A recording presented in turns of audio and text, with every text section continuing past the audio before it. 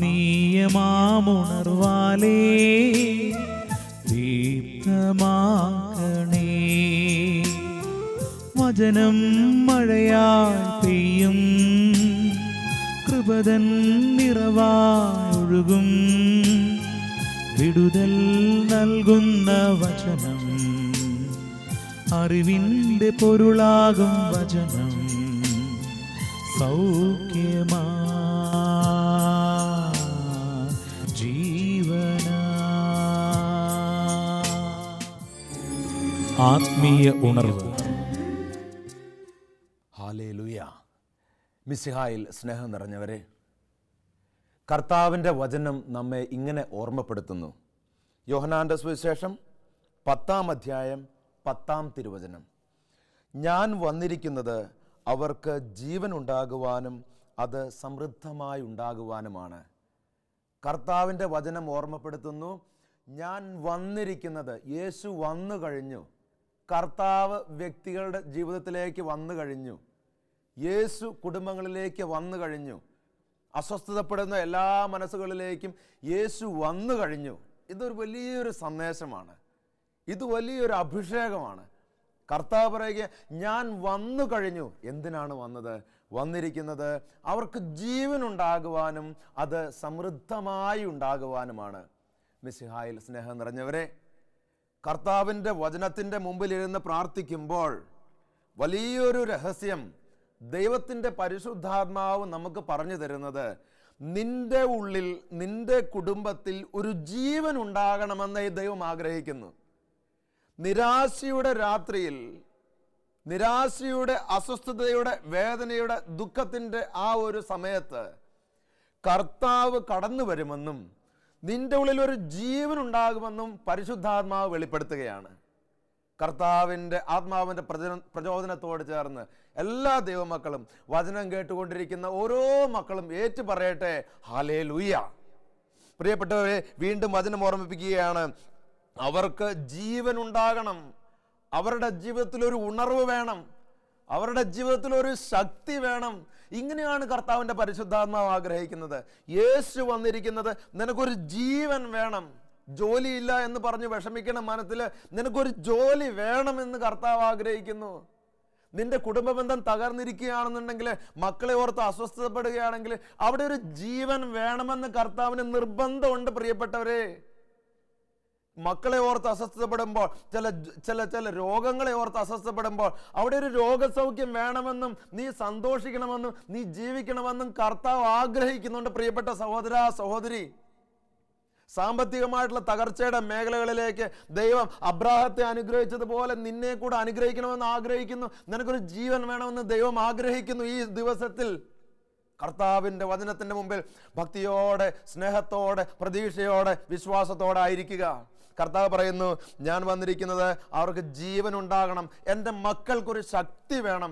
എൻ്റെ മക്കൾ വചനത്തിലൂടെ ഒന്ന് നടക്കണം. എൻ്റെ മക്കൾക്ക് ഞാൻ വന്നിരിക്കുന്നതിൻ്റെ യോഗ്യത കിട്ടണം. ഇത് ദൈവം ആഗ്രഹിക്കുന്ന ഒരു കാര്യമാണ്. വിശ്വാസത്തോടെ അഭിഷേകം സ്വീകരിച്ചുകൊണ്ട് നീ എവിടെയാണോ വചനം കേൾക്കുന്നത് അവിടെ ഇരുന്നുകൊണ്ട് ഏറ്റവും ശക്തമായിട്ട് പറയണം, ഹല്ലേലൂയ. രണ്ട് കരങ്ങളെയും കർത്താവിൻ്റെ തിരുസന്നിധിയിൽ ഉയർത്തി നിന്റെ ജീവിതത്തിൽ ഒരു ജീവൻ ഉണ്ടാകുവാൻ, ഒരു പ്രതീക്ഷ ഉണ്ടാകുവാൻ, ഒരു അഭിഷേകം ഉണ്ടാകുവാൻ, ഒരു കൃപയാൽ നിറയപ്പെടുവാൻ, ഒരു പുതിയൊരു ഉണർവിന് വേണ്ടി, ആത്മാവിൻ്റെ അഭിഷേകത്തിന് വേണ്ടി നീ ഇന്ന് പ്രാർത്ഥിക്കണം. ജീവൻ തരണമേ എന്ന് പ്രാർത്ഥിക്കണം. കർത്താവിൻ്റെ വചനം പറയുന്നത് എന്താണെന്നറിയാവോ? വഴിയും സത്യവും ജീവനും ഞാനാകുന്നു. നോക്കിയേ, വഴിയും സത്യവും ജീവനും ഞാനാകുന്നു. ഒരു ജീവനുണ്ട്. കർത്താവിലേക്ക് നോക്കുന്നവർക്ക് ജീവനുണ്ട്. പ്രിയപ്പെട്ടവരെ, നീ ഇന്ന് പ്രതീക്ഷിക്കണം ഈ ജീവൻ. നീ ഇന്ന് ആഗ്രഹിക്കണം ഇന്ന് ഈ ജീവൻ നിന്റെ ജീവിതത്തിലേക്ക്. എൻ്റെ യേശുവേ, ഈ ജീവൻ തരണമേ എന്ന് പ്രാർത്ഥിക്കണം. ഉണങ്ങി ഉണങ്ങി ഉണങ്ങി ഉണങ്ങി ജീവിക്കാൻ നിന്റെ ദൈവം ഒരിക്കലും ആഗ്രഹിക്കുന്നില്ല. വിശ്വസിക്കുന്ന എല്ലാ ദൈവമക്കളും രണ്ട് കരങ്ങളെ സ്വർഗത്തിലേക്ക് ഉയർത്തി ഈ ദിവസത്തിൽ പ്രാർത്ഥിക്കേണ്ട ഒരു കാര്യം എന്താണെന്ന് അറിയാവോ? പ്രാർത്ഥിക്കണം, യേശുവേ, എൻ്റെ ഉണങ്ങിയ ജീവിതത്തിലേക്ക് നീ ജീവൻ തരണമേ എന്ന് പ്രാർത്ഥിക്കണം. കർത്താവ് പറയുകയാണ്, അത് സമൃദ്ധമായി ഉണ്ടാകണം. കുറച്ചൊന്നും പോരാ. കർത്താവ് ആഗ്രഹിക്കുന്നത് സമൃദ്ധമാകണം. ഒരു ചെറിയൊരു പ്രശ്നം പരിഹരിച്ചതുകൊണ്ട് നിനക്ക് ജീവൻ ഉണ്ടായിക്കൊള്ളണം ഒരു നിർബന്ധമില്ല പ്രിയപ്പെട്ട സഹോദര, പ്രിയപ്പെട്ട സഹോദരി. നിന്റെ ജീവിതത്തിന്റെ ചെറിയൊരു അസ്വസ്ഥത പരിഹരിച്ചതുകൊണ്ട് ജീവൻ ഉണ്ടാകണം നിർബന്ധമല്ല. മുന്നോട്ടുള്ള എല്ലാ കാര്യങ്ങളെയും ഒരു ക്രമീകരണം കർത്താവ് ആഗ്രഹിക്കുന്നുണ്ട്. നിരാശയുടെ രാത്രി മാറി, നിരാശയുടെ ദിനം മാറി, വലിയ ഒരു പ്രഭാതം പൊട്ടിവിടുകയാണ് നിന്റെ മുമ്പിലേക്ക്. അതാണ് കർത്താവ് ആഗ്രഹിക്കുന്നത്. കർത്താവിന്റെ വചനം പറയുന്നു, സ്വർഗത്തിൽ നിന്ന് ഇറങ്ങി വന്ന ജീവനുള്ള അപ്പം ഞാനാണ്. കർത്താവിന്റെ വചനം പറയാണ്, സ്വർഗത്തിൽ നിന്ന് ഇറങ്ങി വന്ന ജീവനുള്ള അപ്പം ഞാനാണ്. എനിക്ക് ഈ ജീവനുണ്ട്. എന്നിട്ട് എന്താ പറയുന്നത്? സ്വർഗത്തിൽ നിന്ന് ഇറങ്ങി വന്ന ജീവനുള്ള അപ്പം ഞാനാണ്. ഈ അപ്പം അൾത്താരയിലുണ്ട്. ഈ ജീവനിലേക്ക് ഇന്ന് നീ നോക്കണം. എല്ലാ അസ്വസ്ഥതകളെയും ഈ ജീവനിലേക്ക് എടുത്തു വെക്കണം. എന്നിട്ട് കർത്താവ് പറയുന്നതെന്നറിയോ? ഈ ജീവൻ അൾത്താരയിൽ നിന്നിറങ്ങി നിന്റെ ഉള്ളിൽ വരും. സമൃദ്ധമായിട്ട് നീ അങ്ങോട്ട് പുഷ്പിക്കും. സമൃദ്ധമായിട്ട് നീ ചെയ്യുന്ന കാര്യങ്ങളെ നിന്റെ കർത്താവ് അനുഗ്രഹിക്കും. അബ്രാഹത്തിന് ജീവനില്ലായിരുന്നു പ്രിയപ്പെട്ടവരെ. മരുഭൂമിയിലേക്കാണ് കാലെടുത്ത് വെച്ചത് ഈ അബ്രാഹം എന്ന് പറയുന്ന മകൻ. മരുഭൂമിയിൽ ചുട്ടുപൊള്ളുന്ന മണലിൽ എന്ത് ജീവനാണുള്ളത്? നിങ്ങളൊന്ന് ചിന്തിച്ച് നോക്കിയേ. ഇന്നത്തെ നിന്റെ ജീവിതത്തിന്റെ മരുഭൂമി എന്ന് പറയുന്നത് ഈ രോഗം, ജീവനില്ല. നിന്റെ ബന്ധം തകർന്നുപോയി, ജീവനില്ല. മക്കളെയൊക്കെ പൊന്നുപോലെ വളർത്തി വലുതാക്കിയിട്ട് ഇത്രയൊക്കെ ലെവലാക്കിയപ്പോൾ ഇപ്പം മക്കളുടെ കൈ പൊന്താണ് നിന്റെ നേരെ. നിന്റെ ജീവൻ മരച്ചു പോയി. കർത്താവിന്റെ വചനം ഓർക്കേണ്ട കാര്യം എന്താണെന്നറിയാമോ? അബ്രാഹാം ചുട്ടുപൊള്ളുന്ന മണലിലേക്ക് കാലെടുത്ത് വച്ചപ്പോൾ ദൈവം കൂടെ ഉണ്ടായിരുന്നത് കൊണ്ട് അവനൊരു ജീവനുണ്ടായി. തൊട്ടതെല്ലാം അനുഗ്രഹമായിട്ട് മാറി. പ്രിയപ്പെട്ട ദൈവജനമേ, വിശ്വാസത്തോടെ ഇന്ന് ഈ ദിവസം നീ പ്രാർത്ഥിക്കണം, കർത്താവേ എനിക്കൊരു ജീവൻ വേണം. വിശുദ്ധ ഗ്രന്ഥത്തില് ഒരു സംഭവത്തിലേക്ക് നിങ്ങളുടെ എല്ലാവരുടെയും ശ്രദ്ധ ഞാൻ ക്ഷണിക്കുകയാണ്. വിശുദ്ധ ഗ്രന്ഥത്തിലെ ഒരു സംഭവം. അതിങ്ങനെയാണ്. ജീവനില്ലാത്ത ഒരു കൂട്ടം മനുഷ്യര് ഒരു രാത്രിയിൽ ജീവനുണ്ടാകുവാൻ വേണ്ടി ഇറങ്ങി പുറപ്പെട്ടപ്പോൾ, നിരാശയുടെ ഒരു രാത്രിയിൽ പ്രത്യാശ കിട്ടാൻ വേണ്ടി ഇറങ്ങി പുറപ്പെട്ടപ്പോൾ, സ്വന്തം അധ്വാനത്തെയും കഴിവിനെയും പദവിയെയും പ്രശസ്തിയെയും എല്ലാ കാര്യങ്ങളെയും ആശ്രയിച്ച് മുന്നോട്ട് നീങ്ങിയപ്പോൾ നിരാശയിൽ കൂടിക്കൊണ്ടിരുന്നു. അവസാനം നിരാശ കൂടി കൂടി കൂടി ഇവർക്ക് ഒന്നും ചെയ്യാൻ പറ്റാത്തൊരവസ്ഥയിൽ വന്നപ്പോൾ അത്ഭുതം പ്രവർത്തിക്കുന്ന കർത്താവ് വന്നു. ജീവനില്ലാത്ത അവസ്ഥയിലേക്ക് കർത്താവ് വന്നു. സ്നേഹം, പ്രതീക്ഷ ഒന്നുമില്ലാത്തൊരവസ്ഥയിലേക്ക് ദൈവം വന്ന് സ്നേഹവും കൊടുത്തു, പ്രതീക്ഷയും കൊടുത്തു. അതിനെക്കുറിച്ച് ഒരല്പനേരം നമ്മൾ കർത്താവിൻ്റെ തിരുസന്നിധിയിൽ ഇരുന്ന് വലിയ പ്രതീക്ഷയോടെ ചിന്തിക്കണം. ഇത് ചിന്തിക്കുമ്പോൾ നീ ചിന്തിക്കേണ്ട കാര്യം എന്താണെന്നറിയാമോ? ഇത് നിന്റെ ജീവിതമാണ്. ഇത് നിന്റെ ജീവിതത്തിൻ്റെ പ്രതീക്ഷയാണ്. ഇത് നിന്റെ ജീവിതത്തിൽ മറക്കാനാവാത്ത ഒരു ദിവസമായിട്ട് മാറണം. എന്നിട്ട് നീ അഭിഷേകം സ്വീകരിക്കണം കർത്താവിൻ്റെ മുമ്പിൽ. നിരാശയുടെ ഒരു രാത്രിയിലേക്ക് ശിഷ്യന്മാര് തലകുത്തി താഴെ വീണ് കിടക്കുന്ന ഒരു രാത്രിയിലേക്ക് ശിഷ്യന്മാർ എന്ത് ചെയ്യണമെന്നറിയാതെ പകച്ചു നിൽക്കുകയാണ്. യേശു മരിച്ചു. വലിയ പ്രതീക്ഷയായിരുന്നു. യേശു വരും, യേശു അത്ഭുതം പ്രവർത്തിക്കും, യേശു രാജാവാകും. ഈ പ്രതീക്ഷയെല്ലാം തകർന്നു പോയി. നിരാശയിൽ കഴിയുന്ന ശിഷ്യന്മാരുടെ നടുവിലേക്ക് കർത്താവ് ഒരു രാത്രിയിൽ കടന്നു വന്ന ഒരു ചരിത്രമാണ് പ്രിയപ്പെട്ടവരെ ഇന്ന് നമ്മൾ ചിന്തിക്കാൻ പോവുക. ഓർക്കുക, യേശു കടന്നു വന്ന രാത്രി എന്ന് പറയുന്നത് നിരാശയുടെ രാത്രിയായിരുന്നു. ശിഷ്യന്മാരെല്ലാവരും ഒരുമിച്ച് കൂടിയിരിക്കുകയാണ്.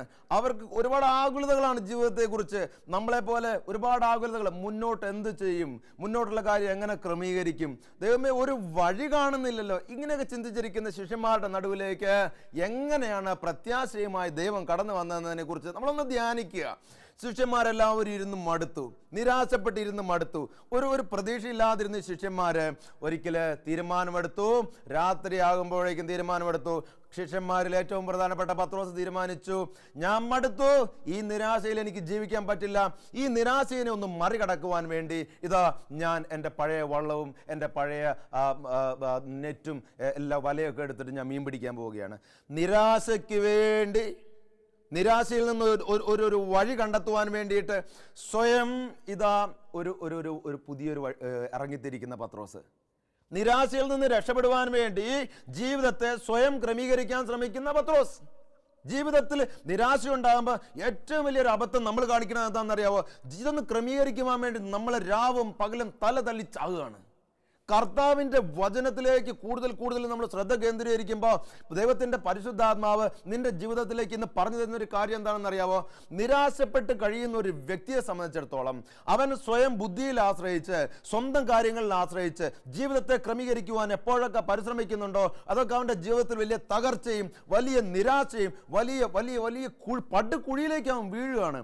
പത്രോസും കൂട്ടരും കൂടെ, പ്രിയപ്പെട്ടവരെ, രാത്രി, നിരാശ നിറഞ്ഞ രാത്രി, ദുഃഖം നിറഞ്ഞ രാത്രി, അവിടെ നിന്നെല്ലാം ഉപേക്ഷിച്ച് വാതിൽ തുറന്ന് മീൻ പിടിക്കാൻ പോയി. മീൻ പിടിക്കാൻ പോയ പത്രോസ് കൂട്ടര് എല്ലാവരും കൂടെ വലയും വള്ളവും ആയിട്ട് ഇതാ രാത്രി മുഴുവൻ അധ്വാനിക്കുകയാണ്. അധ്വാനിക്കുന്ന മനുഷ്യർ ഇന്ന് ഈ ഭൂമിയിൽ എത്രത്തോളം ഉണ്ട്? രാവിലെ മുതൽ വൈകുന്നേരം വരെ വചനം കേട്ടുകൊണ്ടിരിക്കുന്ന നീയും അധ്വാനിച്ചിട്ടില്ലേ ഇന്നലെ വരെ? ചോദ്യം ഇതാണ്, ഈ നിരാശയിൽ നിന്ന് ആത്യന്തികമായിട്ട് കരകയറുവാൻ നിനക്ക് എന്ത് കൃപ കിട്ടി? അതാണ് ചോദ്യം. സാമ്പത്തികമായിട്ട് എല്ലാ കാര്യങ്ങളും ഉണ്ടാകാം പ്രിയപ്പെട്ടവരെ, എല്ലാ കഴിവുകളും ഉണ്ടാവാം, എല്ലാ ബന്ധങ്ങളൊക്കെ ഉണ്ട്, നമ്മളിങ്ങനെ അഭിമാനിക്കും. ഇതൊക്കെ ഇങ്ങോട്ട് മാറിപ്പോകുന്ന രാത്രികൾ വരാനിരിക്കുന്നതേ ഉള്ളൂ, അല്ലെ വന്ന് കഴിഞ്ഞിട്ടുണ്ട്. ഇവിടെ നിന്ന് നമ്മൾ ചിന്തിക്കേണ്ട കാര്യം, ഈ പടുകുഴിയിൽ നിന്നും പത്രോസ് ചെയ്ത ഒരു അബദ്ധം നമ്മൾ ചെയ്യാൻ പാടില്ല. പത്രോസ് ചെയ്തൊരു അബദ്ധം എന്ന് പറയുന്നത്, ഈ നിരാശയിൽ നിന്ന് മറികടക്കാൻ ഞാൻ എൻ്റെ ജീവിതത്തെ ഒന്ന് ക്രമീകരിക്കുകയാണെന്ന് ഒരു ശക്തമായിട്ട് തീരുമാനമെടുത്ത് ഈ മനുഷ്യൻ മുന്നോട്ട് നീങ്ങുകയാണ്. രാത്രി മുഴുവൻ നിരാശയിൽ നിന്നും പടുകുഴിയിൽ നിന്ന് കയറാൻ വേണ്ടി സ്വന്തം ബുദ്ധിയെ ആശ്രയിച്ച് അധ്വാനിച്ച മനുഷ്യൻ എത്രത്തോളം വലിയൊരു നിരാശയിലേക്ക് വീണ്ടും പോകുന്നത്. കാരണം ഇതുവരെ അനുഭവിക്കാത്ത ഒരു നിരാശ വീണ്ടും അവൻ്റെ മനസ്സിലേക്ക് കയറി വരിക. എന്താണ്? രാത്രി പോയിട്ട് 1 മണിക്കൂർ കടലിൽ അധ്വാനിച്ച വല നിറയെ മീൻ കിട്ടുന്ന പത്രോസിന് മണിക്കൂറുകൾ അധ്വാനിച്ചിട്ട് ഒരു പരൽ പോലും കിട്ടുന്നില്ല എന്ന് പറഞ്ഞാൽ ഇതിൽ കൂടുതൽ എന്ത് നിരാശയാണ് അവൻ്റെ ജീവിതത്തിൽ കടന്നു വരാനുള്ളത്? നിങ്ങളൊന്ന് ചിന്തിച്ച് നോക്കുക. 1 മണിക്കൂർ അധ്വാനിച്ച വല നിറയണ മനുഷ്യൻ, ഇത്രയും കഴിവുള്ള മനുഷ്യൻ, കടലിൻ്റെ എല്ലാ മുക്കുമൂലയും അറിയണ മനുഷ്യൻ, ഈ മനുഷ്യൻ ഒരു രാത്രി മുഴുവൻ അധ്വാനിച്ചിട്ട് ഒരു പരലും കിട്ടിയിട്ടില്ലെങ്കിൽ ഇതിൽ വലിയൊരു നിരാശ അവൻ എന്തെങ്കിലും അനുഭവിക്കാൻ ഇനി ബാക്കിയുണ്ടോ? ഒന്ന് ചിന്തിച്ച് നോക്കണം. നിന്റെ ജീവിതത്തിലെയും ക്രമീകരിക്കേണ്ട ഒരു കാര്യം ഇതാണ്. നിന്റെ നിരാശയ്ക്ക് വേണ്ടി, ഇതിൽ നിന്നും മറികടക്കാൻ വേണ്ടി എന്തിനെ ആശ്രയിക്കുന്നോ അതൊന്നും ആത്യന്തികമായിട്ട് നമ്മുടെ ജീവിതത്തെ ക്രമീകരിക്കാൻ സാധിക്കില്ല പ്രിയപ്പെട്ടവരെ. ചില മനുഷ്യരെ ഞാൻ കണ്ടിട്ടുണ്ട്, ചില സാമ്പത്തികമായിട്ടുള്ള ബുദ്ധിമുട്ടുകൾ വരുമ്പോൾ പലതിനെ ആശ്രയിക്കും, ബുദ്ധിയിൽ ആശ്രയിക്കും, അതങ്ങോട്ട് പൊളിഞ്ഞു പോകും. കുറെ കഴിയുമ്പോൾ എന്ത് ചെയ്യും? ഈ നിരാശയെ മറികടക്കാൻ സിഗരറ്റ് വലിച്ചു തുടങ്ങും. എന്ത് ചെയ്യും? കുറച്ച് കഴിയുമ്പോൾ മദ്യത്തിൽ ആശ്രയിക്കും, മയക്കുമരുന്നിൽ ആശ്രയിക്കും. നിരാശയെ മറികടക്കുവാൻ വേണ്ടി ജീവിതത്തെ പല രീതിയിൽ പോസിറ്റീവായിട്ടും നെഗറ്റീവായിട്ടും ക്രമീകരിക്കണ മനുഷ്യ, നീ ചിന്തിക്കണം. ദൈവത്തെ കൂടാതെയാണ് നിന്റെ ജീവിതത്തെ നീ ക്രമീകരിക്കുവാൻ ശ്രമിച്ചിട്ടുള്ളത്. നിരാശപ്പെടുന്ന മനുഷ്യ, നീ ശ്രദ്ധിക്കണം. ജീവിതത്തെ ക്രമീകരിക്കേണ്ടത് കർത്താവിനോട് കൂടെയാണ്. പത്രോസ് ജീവിതത്തെ ക്രമീകരിക്കുവാൻ ആശ്രയിച്ചത്, നിരാശയോടുകൂടി ആശ്രയിച്ചത് ഇതാ സ്വന്തം ബുദ്ധിയിലാണ്, കഴിവിലാണ്, വലയിലാണ്, വള്ളത്തിലാണ്. ഇതാണ് നമ്മുടെ പ്രശ്നം. നിന്റെ വള്ളം മുങ്ങാൻ കടലിലെ ഒരു കാറ്റിന് മതി. നിന്റെ വല കീറാൻ ഒരു മത്സ്യം വന്നൊന്ന് വെട്ടിയാൽ മതി.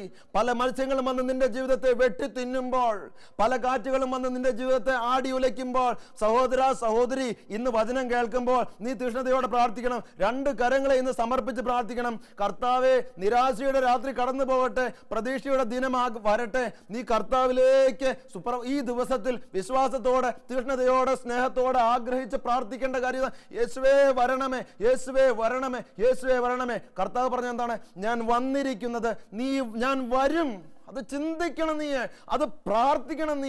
എല്ലാ തകർച്ചകളിലേക്കും നീ പ്രാർത്ഥിക്കണം. കർത്താവ് പറഞ്ഞു, ഞാൻ വന്നിരിക്കുന്നത്, വരും, വന്നു കർത്താവ്. എന്നിട്ട് പറയാ, നിനക്ക് ജീവൻ ഉണ്ടാകണം, നിരാശ മാറണം, എന്നിട്ടോ ജീവൻ സമൃദ്ധമായി ഉണ്ടാകണം. ഇന്ന് നീ നോക്കുക കർത്താവിനെ, വിശ്വാസത്തോടെ കർത്താവിനെ നോക്കുക. വചനം പറയുന്നു, അവിടുത്തെ തിരുമുഖത്തേക്ക് നോക്കിയവർ പ്രകാശിതരായി.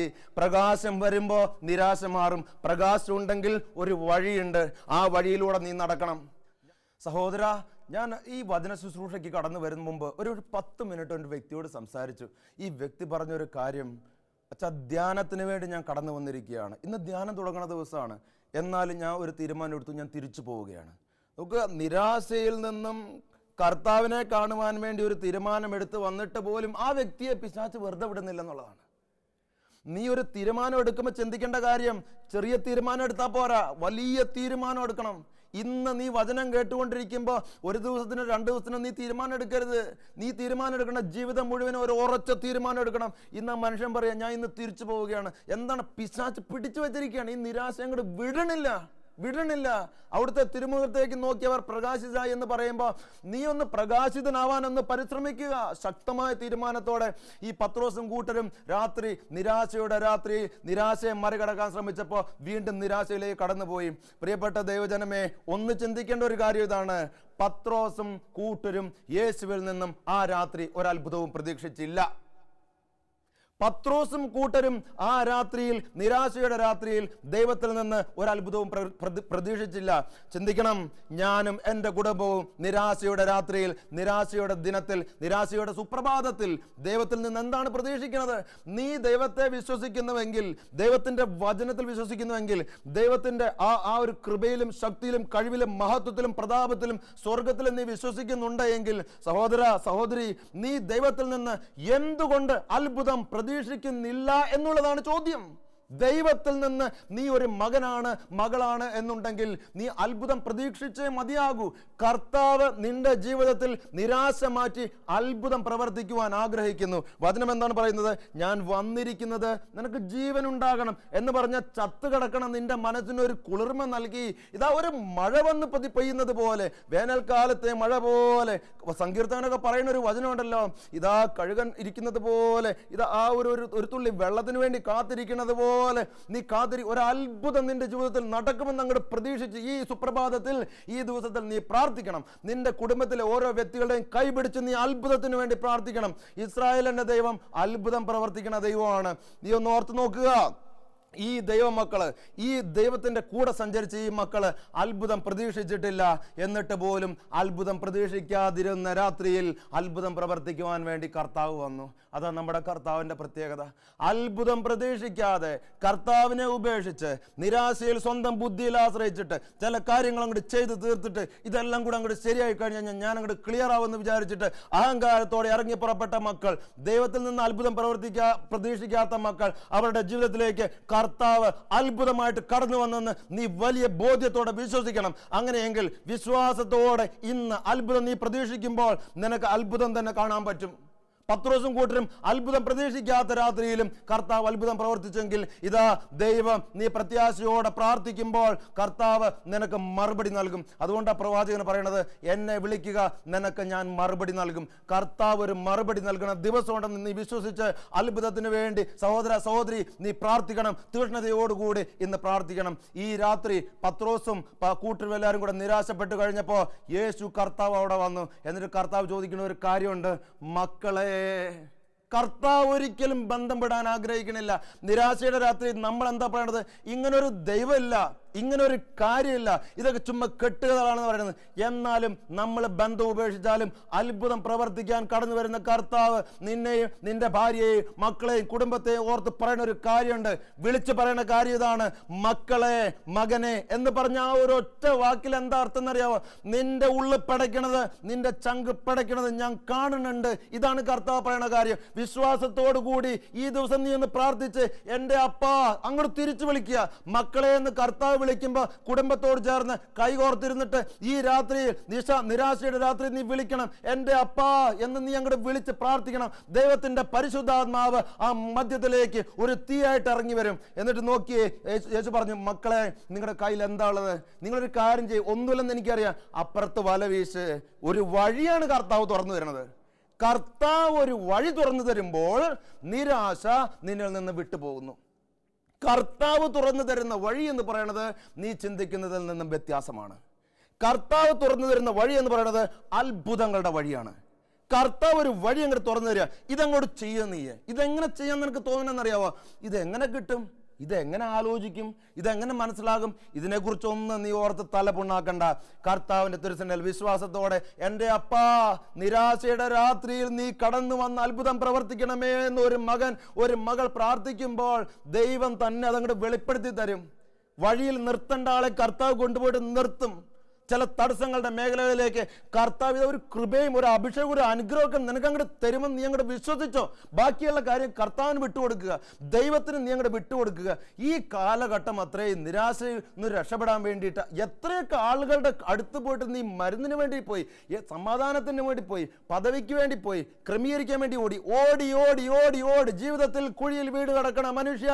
ഇന്ന് നീ പ്രാർത്ഥിക്കണം, ഇന്ന് നീ ജീവിതത്തെ തിരുത്തണം. കർത്താവിനോട് കൂടെ ഈ നിരാശയുടെ രാത്രിയെ മാറ്റി പ്രതീക്ഷയും സന്തോഷമുള്ള ഒരു രാത്രിക്ക് വേണ്ടി നീ തീക്ഷ്ണമായിട്ട് പ്രാർത്ഥിക്കണമെന്ന് കർത്താവിൻ്റെ യേശുവിൻ്റെ നാമത്തിൽ നിന്നോട് ഞാൻ അപേക്ഷിക്കുകയാണ്. കർത്താവിൻ്റെ ഒരു കൃപയും അഭിഷേകവും നിന്റെ ജീവിതത്തിൽ നിറയട്ടെ.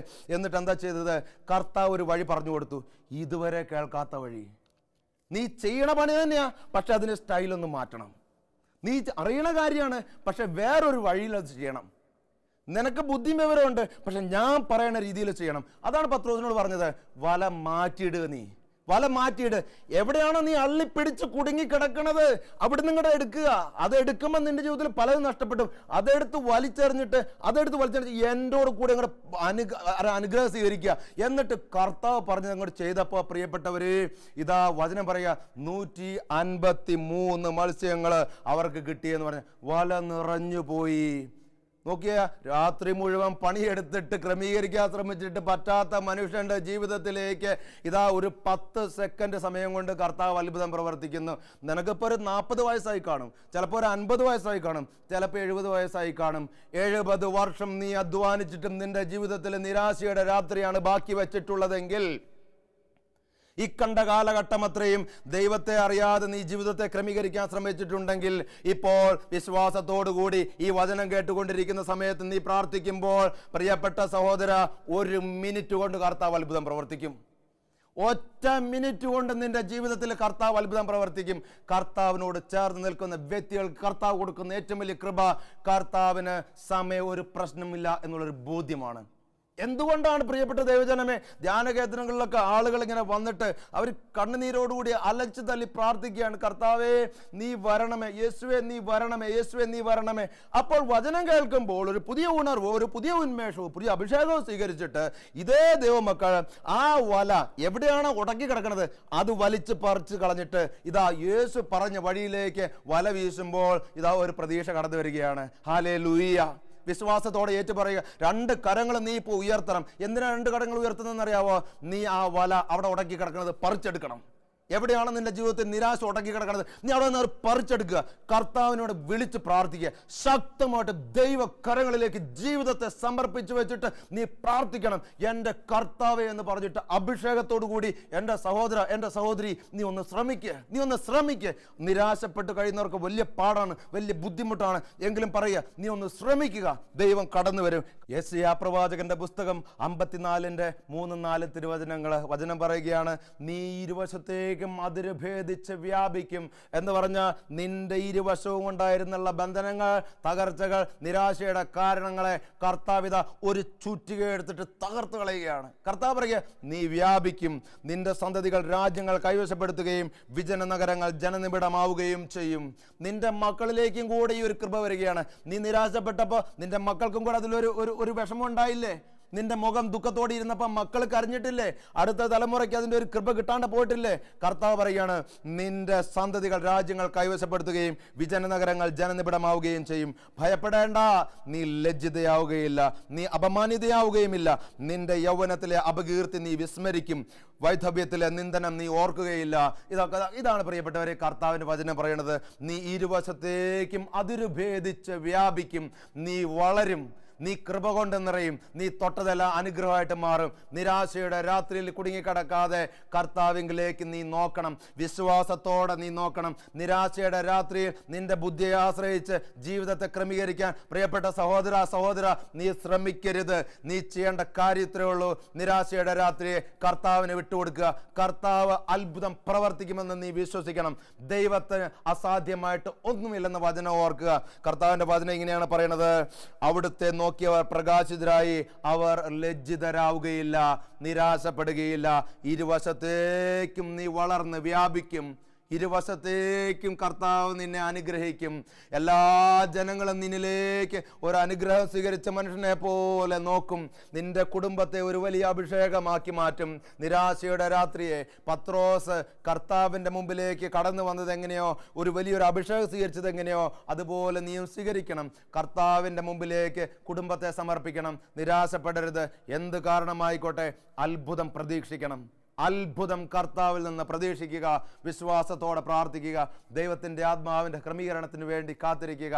കർത്താവ് വഴി തുറന്നു തരുമ്പോൾ ഒരു മനുഷ്യനും ആ വഴി അടയ്ക്കാൻ സാധിക്കുകയില്ല. കർത്താവ് നിന്നിലൂടെ നയിക്കുമ്പോൾ, കർത്താവ് നിന്നിലൂടെ കൃപയൊഴുക്കുമ്പോൾ ഒരുപാട് മക്കൾ, നീയും നിൻ്റെ കുടുംബവും അനുഗ്രഹിക്കപ്പെടും. യേശു നിന്നെ അനുഗ്രഹിക്കട്ടെ. ദൈവകൃപ നിന്നിലേക്ക് ഒഴുകട്ടെ. ദൈവത്തിൻ്റെ സ്നേഹം നിൻ്റെ ജീവിതത്തെ ക്രമീകരിക്കട്ടെ. ദൈവം എല്ലാ മക്കളെയും സമൃദ്ധമായി അനുഗ്രഹിക്കട്ടെ, ഇപ്പോഴും എപ്പോഴും എന്നേക്കും.